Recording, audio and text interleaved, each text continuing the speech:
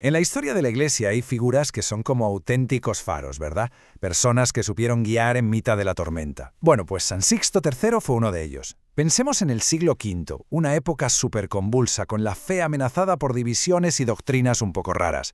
Y en medio de todo eso, este papa no solo defendió la fe correcta, sino que se arremangó para sanar heridas y construir puentes. Su historia de verdad es una lección de firmeza, de caridad y de belleza. Para entender bien quién fue, vamos a hacer un pequeño recorrido. Primero nos meteremos de lleno en su época, que no fue nada fácil. Luego veremos cómo defendió la fe frente a las herejías, su trabajo para traer la paz, el legado increíble que dejó en Roma y, para terminar, lo más importante, ¿qué nos enseña su ejemplo hoy en día? Pues empezamos. A San Sixto III lo eligen papa en el año 432. Y ojo a esto, porque las crónicas de la época nos dicen que sus 8 años al frente de la Iglesia estuvieron muy llenos de exigencias. Vamos, que no fueron años de vino y rosas, sino un auténtico desafío donde se forjó su santidad. Vamos a situarnos un poco. Sixto III llega al papado justo un año después del Concilio de Éfeso.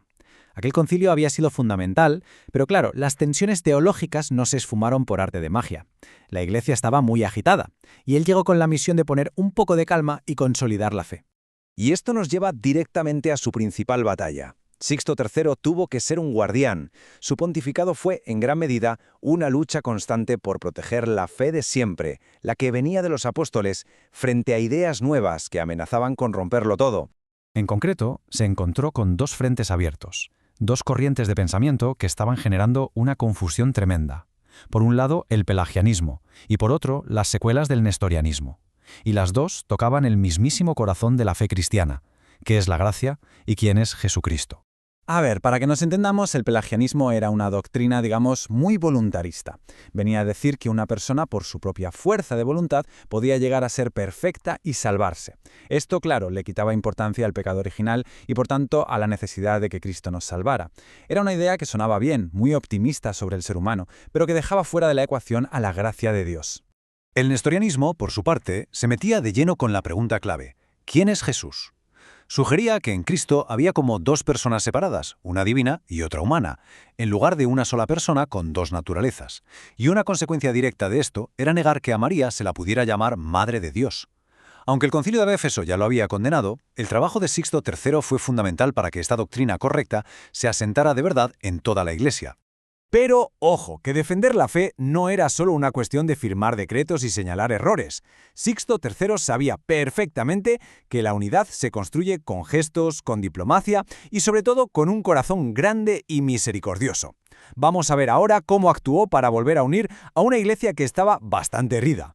Y es que él mismo vivió esa división en sus propias carnes. Las fuentes nos cuentan literalmente que llovieron al Papa las calumnias de sus detractores. La cosa se puso tan fea que tuvo que intervenir el propio emperador Valentiniano, que promovió un concilio solo para limpiar su nombre. Imaginaos lo que es liderar la iglesia mientras te atacan injustamente. Y aquí es donde se ve la verdadera talla de una persona, ¿no? En cómo responde a la injusticia. Baso, que había sido uno de los que más le había calumniado, se arrepintió al final de su vida. ¿Y qué hizo Sixto III? Perdonarle. Y no solo eso, lo acompañó, le atendió espiritualmente y le dio los sacramentos. Esto es autoridad moral, la que no nace del poder, sino del perdón. Y claro, este espíritu de reconciliación dio unos frutos enormes. Su habilidad diplomática fue clave para que las importantes sedes de Antioquía y Alejandría, que estaban a la greña, hicieran las paces. Se dedicó en cuerpo y alma a aplicar las conclusiones del concilio de una forma que uniera, en lugar de dividir, demostrando que la fe y la caridad tienen que ir siempre de la mano. Las batallas doctrinales y los acuerdos diplomáticos pueden quedar en los libros, pero Sixto III nos dejó un legado que podemos ver y tocar. Un testimonio de su fe que sigue en pie siglos después y que expresa con imágenes todo aquello que él defendió con palabras. Fue durante esos 8 años tan intensos de su pontificado, entre el 432 y el 440, cuando impulsó una de las obras de arte más importantes de la cristiandad, una que todavía hoy define el perfil de Roma. ¿Cómo celebrar la proclamación de María como Madre de Dios de una forma que todo el pueblo pudiera entender y sentir? La respuesta de Sixto III fue esta: levantar, en la colina del Esquilino, la majestuosa Basílica de Santa María la Mayor. Fue ni más ni menos que una afirmación monumental de la fe del Concilio de Éfeso. Y esta basílica no fue solo un acto de devoción. Fue una catequesis visual para todo el pueblo. Cada mosaico, cada columna, hablaba de la encarnación, del misterio de un Dios que se hace hombre en el vientre de una mujer. Era la fe convertida en belleza, una forma de proclamar la verdad que te eleva el espíritu. Y con esto llegamos al final de nuestro recorrido, porque mirar a los santos no es solo recordar el pasado, es encontrar luz para nuestro presente. ¿Qué lecciones podemos sacar de la vida de este Papa del siglo V para nuestro día a día? Vamos a pararnos a pensar un momento en esas virtudes que hicieron de él un gran pastor, y que, si nos fijamos, siguen siendo increíblemente actuales. Podríamos resumir su camino en 3 ideas clave. La primera, unidad en la verdad. Es decir, defender la fe con firmeza, sí, pero siempre con caridad, buscando la comunión sin traicionar las propias convicciones. La segunda, el perdón que sana. Usarlo no como una debilidad, sino como la herramienta más poderosa para reconstruir lo que está roto. Y tercero, la fe hecha belleza, que nos recuerda que el arte es un lenguaje que nos habla de Dios y nos acerca a Él.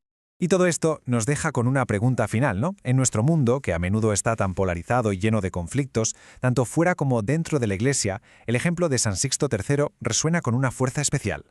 Quizás hoy, más que nunca, estamos llamados a ser artesanos de la comunión, defensores de la verdad con caridad, y sobre todo testigos de ese perdón que todo lo sana. Una tarea tan exigente como la que él tuvo que afrontar, pero desde luego igual de necesaria.